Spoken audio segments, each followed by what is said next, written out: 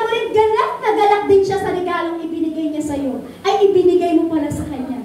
Di ba? Masaya siya. Ngayon, nakuha natin yung, nakita natin yung kagalakan. Ngayon, ano daw po ang gusto ng Lord?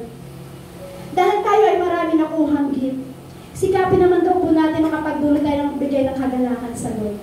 Ano po ba yung gift na hinihingi ng Lord?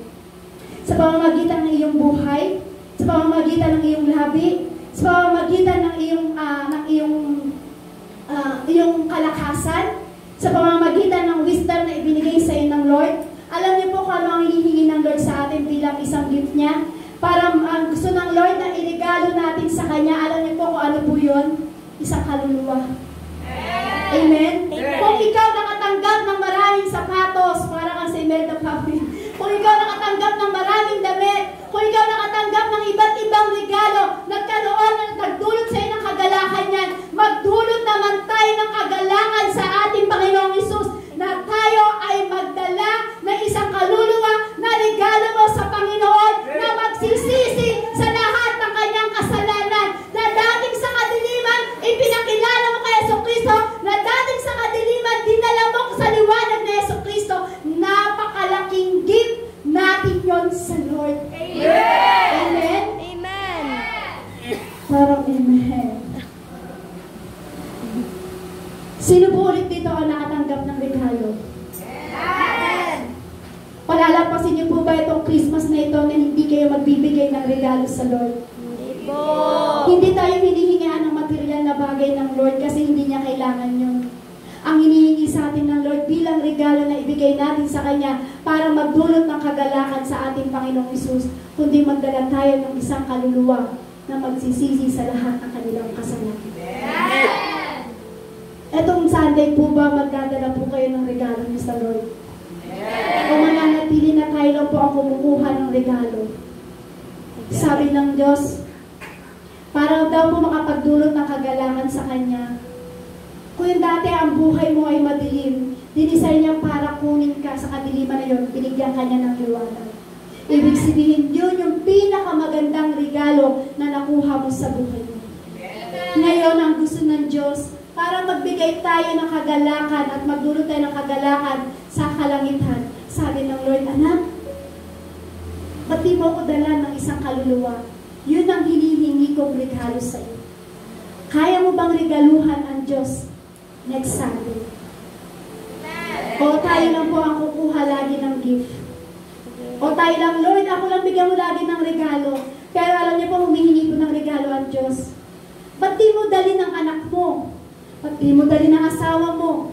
Ba't di mo dali ng nanay mo? Ba't di mo dali ng kapatid mo? Ba't di mo dali ng mga kaibigan mo? Ba't di mo dali buong kapitbahay mo? Yun ang mairiregalo mo sa Lord. Amen. Lord, isasama ko yung nanay ko, Lord. Lord, isasama ko yung kapatid ko. Lord, isasama ko yung nanay ko. Sasama ko yung lola ko. Isasama ko yung anak ko. Lord, eto yung regalo na ibibigay ko sa iyo this Sunday. Isasama ko ang pamilya ko. Hindi ka hinihingian ng pera ng Lord. Hindi ka hinihingian ng material na bagay ng Diyos. Hindi ka hinihingian ni Jesucristo na bigyan mo siya ng magandang damit. Hindi ka hinihingian ni Jesucristo ng magandang sapatos. Walang ibang hinihingi ang Diyos sa bawat isa sa atin, kundi isama mo yung mga tao na wala pa sa liwanag ni Kristo. Amen. Amen? Amen. This Sunday po ba makakapagregalo po tayo sa Lord? Amen. Sino po dito ang makakapagbigay po ng regalo sa Panginoon? Wala po. Alam niyo po, kung susubukan po natin, wala naman po mawawala kahit anggihan tayo. Pero kung susubukan mo at ihingi ka sa lakas ng ating Panginoon sa Kristo, yung nanay mo, yung kapatid mo, yung asawa mo, yung best friend mo, yung kapitbahay mo, na hindi mo madala-dala sa harapan ng Diyos. Pero dahil pinangako mo sa Panginoong Jesucristo, Lord, sa araw ng Sunday, Lord, dadaling ko sa iyo ang asawa ko, dadaling ko sa iyo ang nanay ko, dadaling ko sa iyo ang kapatid ko, dadaling ko sa iyo ang kapitbahay ko, dadaling ko sa iyo ang lola ko, dahil sa pamamagitan mo, sa liwanag mo, Jesucristo, ikaw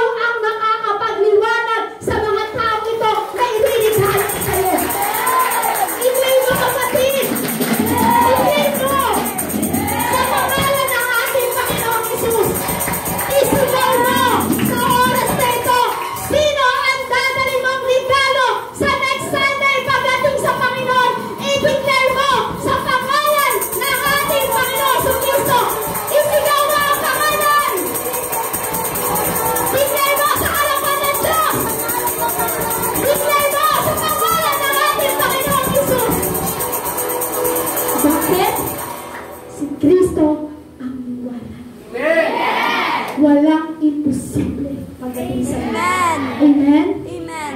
Bakit po? Kasi tayo po maraming natanggap. Mamaya nga, dami nga nating handa eh. Amen? Sino po dito may mga handa? Sana all. Maganda. Sana all may handa. Di ba po? May regalo, sama-samang pamilya, nagkakasama sa okasyon. Bakit hindi naman natin yung pinaka-sentro talaga ng ating pinag-celebrate na Christmas, walang iba kundi ang kapanganakan ni Jesucristo. Alam niyo po ba ang Christmas?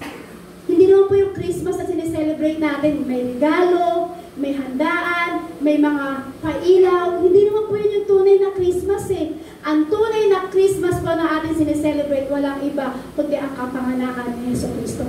Kaya lang po, sabi nga po ni Pastor kanina dun sa mga tarem, sa preaching niya, dinaya tayo. Dinaya tayo ng katotohanan ng Christmas na ito. Dinaya tayo ni Santa. Si Santa ay hindi totoo. Amen. Amen? Amen. Si Santa at si Satan ay iisa.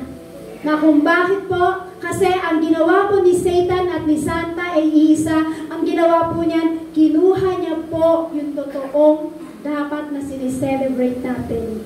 Walang iba kundi ang kapanganakan ng ating Panginoong Jesucristo. Amen. Hindi natin, dito po tayo dinaya. Akala natin ang Christmas sa pailaw, sa regalo, sama-sama, sa handaan, hindi po yun. Ang tunay ng Christmas na sineselebrate natin, walang iba kundi si Jesucristo na ipinanganak para tayo ay iligtas sa ating buhay. Amen. Amen? Amen. Magpa-promise po ba tayo sa Lord na ibibigay po natin sa Panginoon ang regalo natin sa Sunday? Amen. Siyempre, ikaw binigyan ka ng regalo, kaya dapat may regalo din tayo sa Lord. Amen? Sinigaw niyo na po ba kung sino dadalhin niyo sa Sunday? Amen! Meron po bang makukuhang regalo ang Diyos sa Sunday? Amen! Pangako? Pangako po pagdating sa Lord? Amen! I-claim niyo na kapatid. Amen? Amen. Amen? Amen. Amen? Amen. Kaya kung ikaw nakatanggap ng regalo dapat sa Sunday, meron ding regalo ang Diyos sa atin.